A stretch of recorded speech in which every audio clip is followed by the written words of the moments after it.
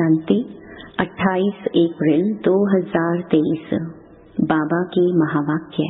मीठे बच्चे, इस कलयुगी दुनिया का सुख काग विष्टा के समान है। यह दुनिया अब गई की गई, इसलिए इससे लगाव नहीं रखना है, आसक्ति निकाल देनी है। प्रश्न: किन बच्चों की दिल इस पुरानी दुनिया से नहीं लग सकती है? उत्तर: जो आज्ञाकारी, वफादार, निश्चय बुद्धि बच्चे हैं, उनकी दिल इस पुरानी दुनिया से लग नहीं सकती, क्योंकि उनकी बुद्धि में रहता यह तो विनाश हुई की हुई। यह तिलिस्म माना जादू का खेल है, माया का भभका है। इसका अब विनाश होना ही है। डैम फटेंगे, अर्थक्वेक होगी, सागर धरनी को हप करेगा, यह सब होना है। Nothing new. Sweet home, sweet राजधानी याद है तो इस दुनिया से दिल नहीं लग सकती। गीत जिसका साथी है भगवान। ओम शांति। यह निश्चय के ऊपर गीत है। जब बाप का बनते हैं व बाप आते हैं तो वह आकर हमारा साथी बनते हैं। बच्चे जानते हैं बाप जब आते हैं तब ही विनाश के तूफान होते हैं। बाप आते हैं पुरानी दुनिया को खलास कर नई दुनिया स्थापन करने। अर्थक्वेक होगी, समुद्र नीचे से धरती को खा जाएगा, बरसात ऊपर से धरती को खा जाएगी। यह सब होना ही है। गीत तो उन्होंने ऐसे ही बैठ बनाए हैं। तुम ब्राह्मण कुलभूषण बच्चे जानते हो बरोबर पुरानी दुनिया का विनाश होना है। बाप आए ही हैं नई दुनिया की स्थापना करने। ब्राह्मणों को सारे विश्व का मालिक बनाते हैं। पुरानी दुनिया का विनाश कराए फिर सारे विश्व की राजाई बच्चों को वर्षे में देते हैं। तुम जानते हो बाप से नए विश्व के मालिक बने का वर्षा मिलता है। यह पुरानी विश्व तो कोई काम की ही नहीं है। मनुष्य समझते हैं अब तो स्वर्ग बनता जा रहा है, परंतु यह सब है माया का भभका। सब चीज मुलम्मे की है, सारा राज्य मुलम्मे का है। रुण्य के पानी मृग तृष्णा समान है, इसमें मनुष्य खुश होते हैं। आगे जब मुसलमानों का राज्य था तो यह एरोप्लेन, मोटरें आदि थोड़े ही थी। यह सब माया का भभका है। कितने प्लान्स बनाते हैं, बच्चे जानते हैं यह सब विनाश होने हैं। अर्थक्वेक होगी, यह डैम्स आदि सब पानी ही पानी कर देंगे। मनुष्य समझते हैं इससे सुख मिलेगा, परंतु इन सब से दुख ही मिलेगा। यह एरोप्लेन भी दुखदायी बन पड़ेंगे, बॉम्ब्स गिराएंगे। तो बच्चे यह सब बातें भूल जाते हैं, इसलिए पुरानी दुनिया में दिल लग जाती है। जो बाप के आज्ञाकारी, वफादार, पूरे मददगार बच्चे बनते हैं, पक्के निश्चय बुद्धि हैं, वह तो जानते हैं कि कुछ भी हो यह कोई नई बात नहीं है। यह तो अनेक बार पुरानी दुनिया का विनाश हुआ है, सो अब होना है जरूर।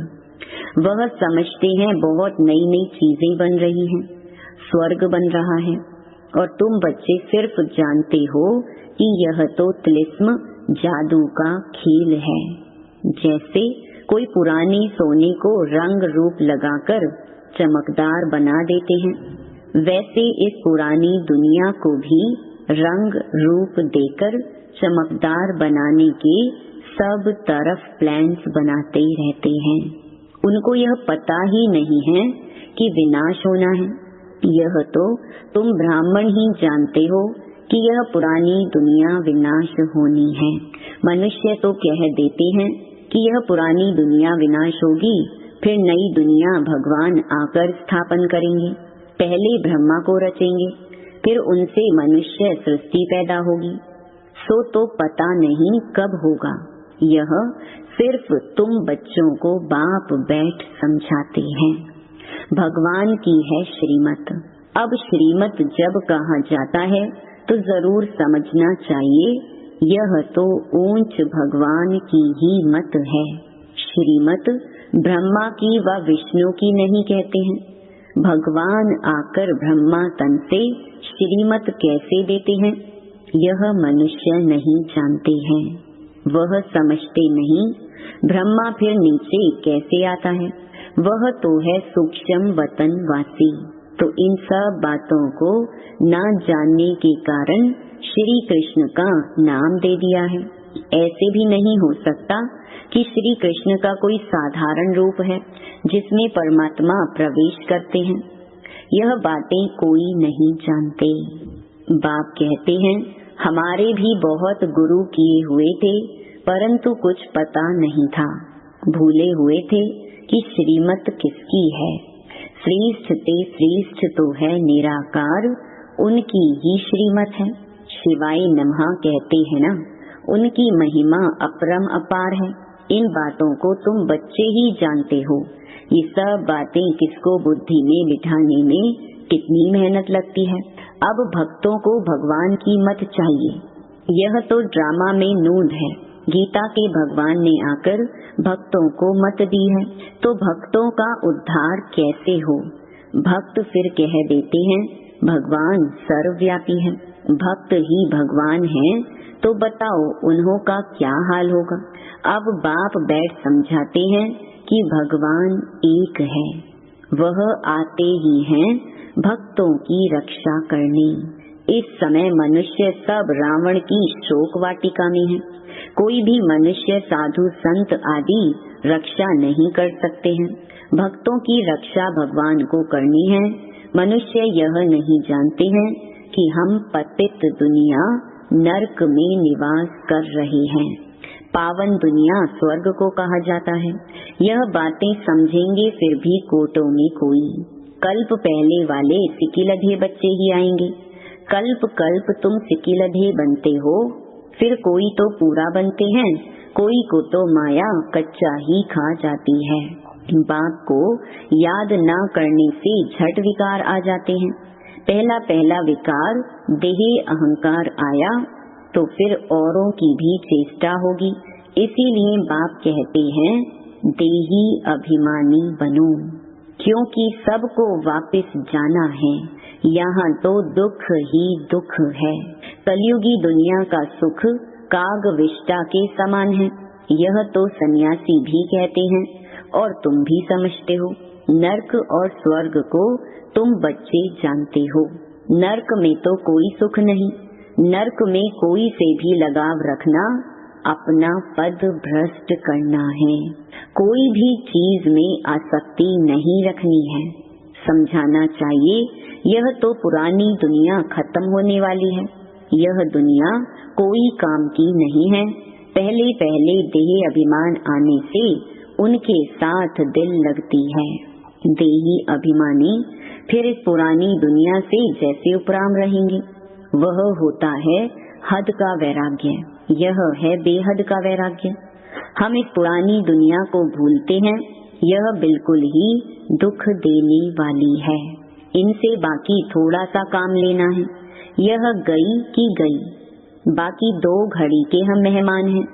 तो ब्राह्मण ही कहते हैं कि हम पुरानी दुनिया में 2 घड़ी के मेहमान हैं।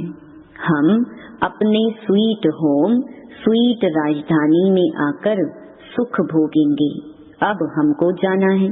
यह पुरानी दुनिया कब्रिस्तान होनी है, इसलिए देह सहित सब कुछ भूल जाना है। यह शरीर पुरानी जूती है, इसको अब छोड़ना है, योग में रहना है। योग में रहने से आयु बढ़ेगी तो हम बाप से वर्षा लेंगे। देह अभिमानी की आयु बढ़ नहीं सकती, उनका देह से प्यार हो जाता है। कोई का शरीर अच्छा है तो देह से प्यार होता है। अच्छी रीति मलते रहेंगे जैसे बर्तन मले जाते हैं।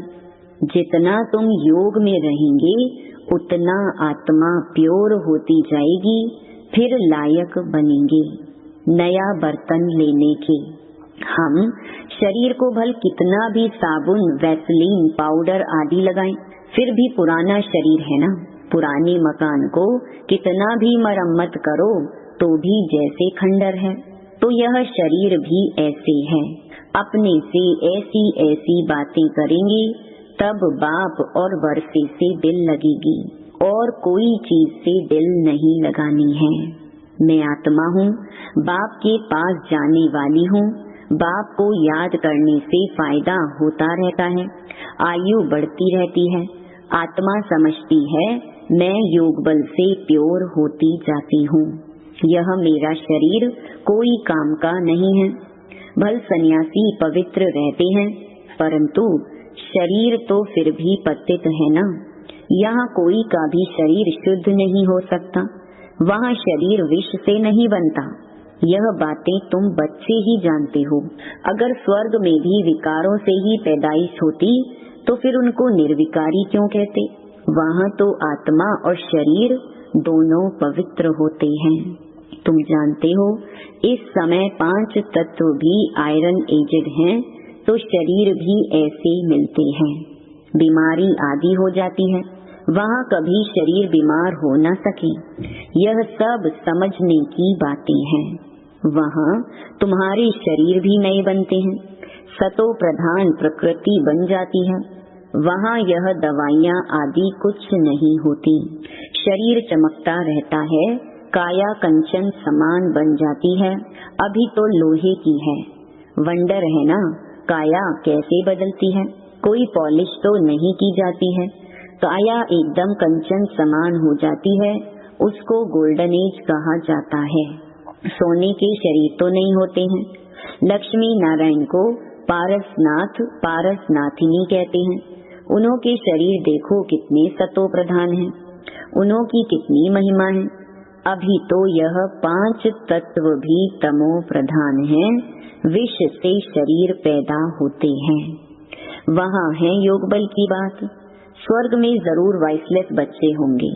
काम महाशत्रु वहाँ होता नहीं। बाप कहते हैं यह काम तुमको आदि मध्य अंत दुख देने वाला है। उनको कहा ही जाता है संपूर्ण निर्विकारी दुनिया, और इसको संपूर्ण विकारी दुनिया कहा जाता है। हरेक के अंदर यह 5 भूत हैं। 5 भूतों पर विजय तब पाते जब सर्वशक्तिमान बाप से योग लगाते हो। जिस योग बल से तुम विश्व के मालिक बनते हो, तो तुम हो इनकॉग्निटो शिव शक्ति सेना। सेना शिव बाबा से योग लगाकर शक्ति ले रही है। वह सर्वशक्तिमान बाप है ही स्वर्ग की राजधानी स्थापन करने वाला गॉड फादर। वह आते ही हैं तुमको स्वर्ग का मालिक बनाने।